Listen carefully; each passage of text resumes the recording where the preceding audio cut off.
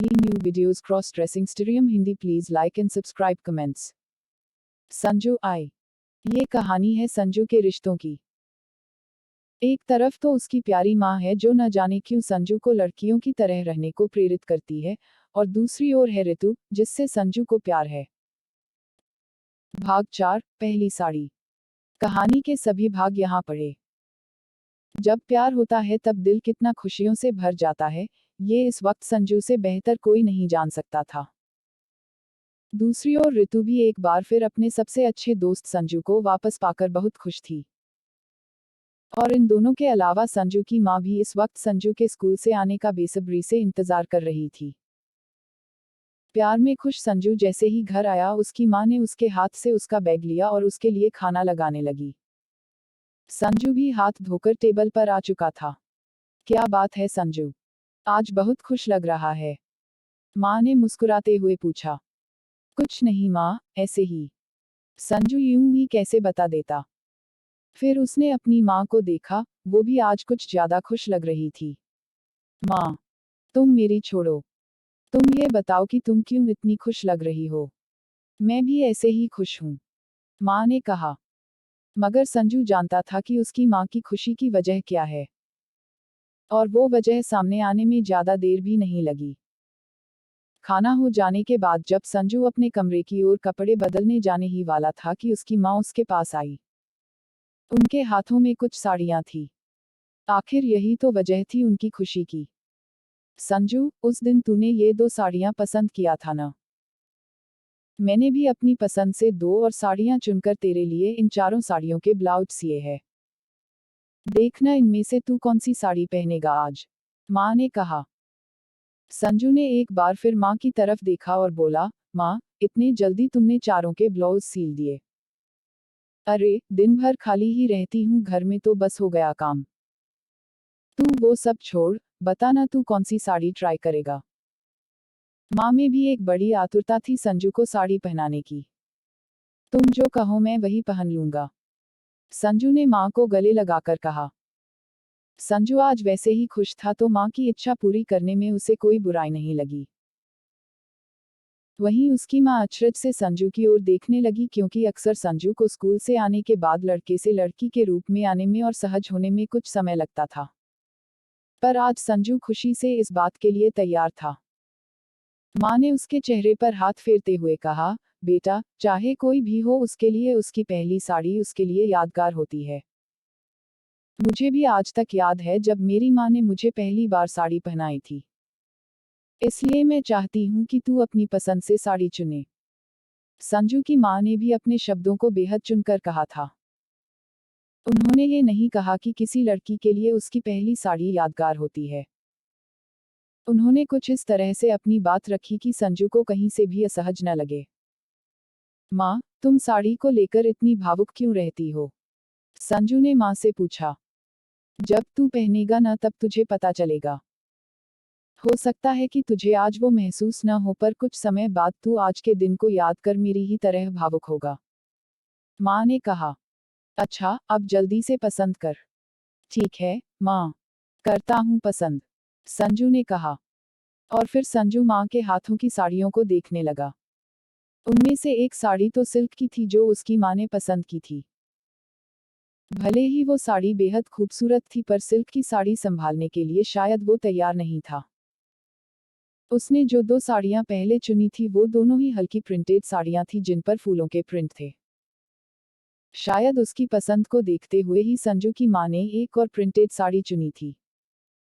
हल्की ऑरेंज रंग की साड़ी जिस पर बड़े बड़े लाल रंग के फूलों के प्रिंट थे। संजू की चुनी हुई साड़ियों से भी ज्यादा खूबसूरत साड़ी थी वो। और आखिर संजू ने वो साड़ी पसंद करके माँ को दी। ये लो माँ, तुम्हारी खुशी के लिए आज मैं साड़ी भी पहन लेता हूँ। ये वाली साड़ी मुझे अच्छी लग रही है, संजू ने कहा। सच? माँ ने कहा। माँ के चेहरे पर इस वक्त जो नटखटता और खुशी झलक रही थी उससे संजू को समझ आ गया था कि जरूर कोई गड़बड़ है। माँ, संजू ने भी कहा जैसे उसने उसकी माँ की चाल समझ ली हो, सच सच बताओ बात क्या है? तुम इतनी खुश क्यों लग रही हो? जरूर दाल में कुछ काला है। दाल में कुछ काला वाला नहीं है।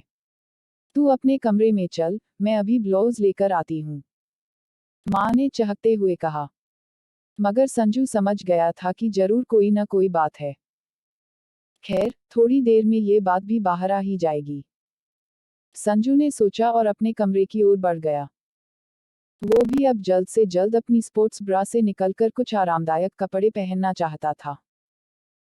कमरे में संजू एक आईने के सामने खड़े होकर माँ का इंतजार कर रहा था।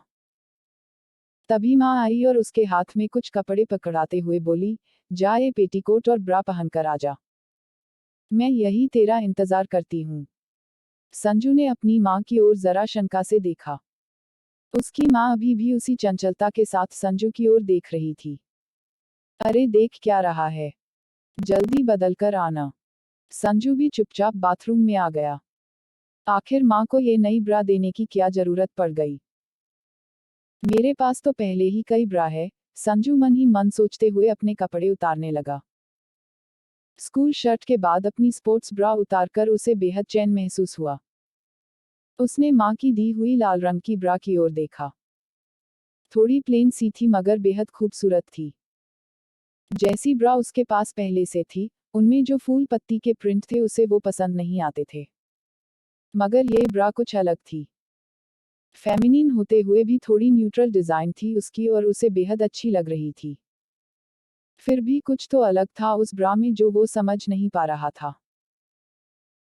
उसने स्ट्रैप्स में अपने हाथ डाले और जब पीछे हुक लगाने की कोशिश किया तब उसे महसूस हुआ कि यह ब्रा अंदर से कुछ सॉफ्ट थी जिसकी वजह से उसके निप्पल को कुछ आराम लग रहा था। चलो कंफर्टेबल तो है यह ब्रा, संजू ने मन ही मन सोचा और फिर कंधे पर ब्रा के स्ट्रैप्स की लंबाई एडजस्ट करने लगा। इतने दिनों में वह ये तो सीख चुका था कि नई ब्रा के साथ लंबाई एडजस्ट करनी पड़ती है। लड़कों की बनियान की तरह नहीं कि बस सीधे पहन लो बिना कुछ सोचे समझे।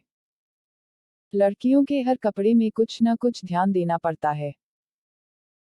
बाथरूम में ही खड़े खड़े उसने आईने में खुद को देखा तो उसे लगा कि उसके स्तन कुछ ज्यादा उठे और उभरे हुए लग रहे हैं।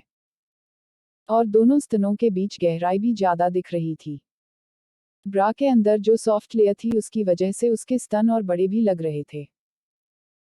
उसे लगा कि शायद उसने स्ट्रैप्स को कुछ ज्यादा छोटा कर दिया है तभी उसके स्तन ज्यादा उभरे हुए और बड़े लग रहे हैं। इसलिए उसने उन्हें फिर से एडजस्ट करने की कोशिश किया पर फिर भी स्तनों के उभार पर कुछ ज्यादा फर्क न पड़ा। अब तो माँ से ही हेल्प लेनी पड़ेगी, संजू ने सोचा। और फिर उसने अपनी पोनीटेल को खोल और अपने लंबे बालों को सामने लाकर अपने स्तनों के बीच की गहराई को उनसे ढकने की कोशिश करने लगा। उस वक्त लाल रंग की ब्रा उसके स्किन के रंग पर अच्छी तरह से निखर रही थी और संजू अपने बालों को सहेजते हुए बेहद खूबसूरत लग रहा था। उसके बाद संजू ने अपनी यूनिफॉर्म की पेंट उतारी और पेटीकोट पहनने लगा। पेटीकोट का आकार कुछ ऐसा था कि वो उसके कूल्हों पर बिल्कुल फिट आ रहा था। उसने पेटीकोट का नाड़ा कुछ वैसे ही बांधा जैसे अक्सर वो अपनी सलवार का बांधता था। अब बाथरूम से बाहर निकलने से पहले उसने एक बार फिर से खुद को एक साइड पलटकर देखा तब उसे एहसास हुआ कि उसके स्तन आज लगभग ऋतु के स्तनों के बराबर लग रहे हैं। ऋतु को याद करते ही उसके चेहरे पर खुशी आ गई। साथ ही अपने स्तनों के बड़े आकार को देखकर उसे एक संकोच भी हो रहा था। किसी तरह संकोच करते हुए वो अपने सीने को अपने हाथों और बालों से ढांकते हुए बाथरूम से बाहर आया। क्या हुआ? तेरा चेहरा इतना मुरझाया हुआ क्यों है? माँ ने पूछा। माँ, वो बात ये है, संजू नजरें झुकाकर कहने में झिझक महसूस कर रहा था। हाँ, बोल न, माँ बोली। माँ, बात यह है कि मुझे लगता है कि इस ब्रा में कुछ प्रॉब्लम है। इसे पहनकर मेरे साइज में कुछ फर्क आ गया है। किसी तरह से शर्माते हुए संजू ने बात कह ही दी। माँ ने मुस्कुराते हुए संजू का हाथ हटाया और बोली, पगली, सब ठीक तो लग रहा है। ये पुशअप ब्रा है।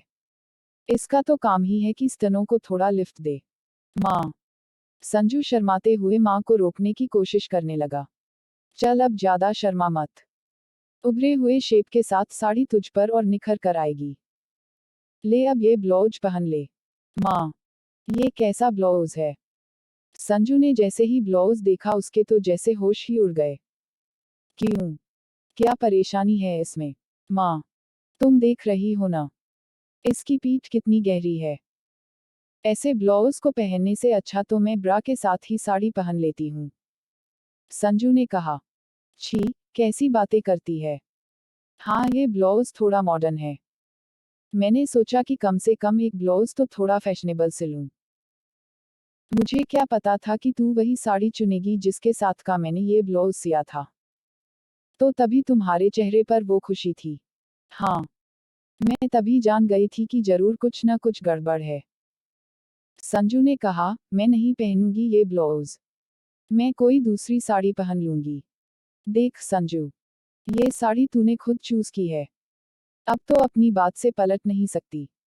माँ भी थोड़ी मस्खरी के मूड में आ चुकी थी। माँ कोई अपनी बेटी के साथ ऐसा करती है क्या? संजू ने शिकायती लहजे में कहा। संजू तू ज्यादा इमोशनल ड्रामा मत कर। हाँ, जैसा बोल रही हूँ मेरी बात मान ले। देखना अच्छी लगेगी तू इसमें। माँ हार नहीं मानने वाली थी।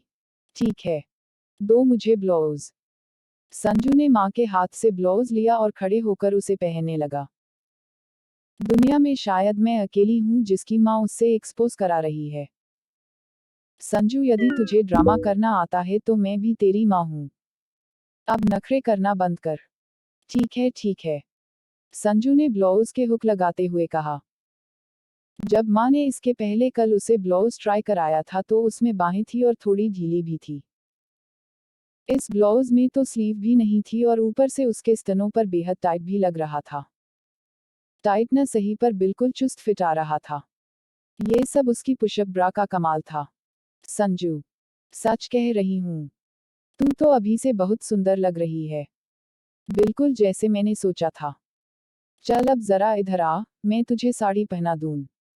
माँ की बात सुन संजू शर्मा गया, या यूं कहे कि संजू शर्मा गई।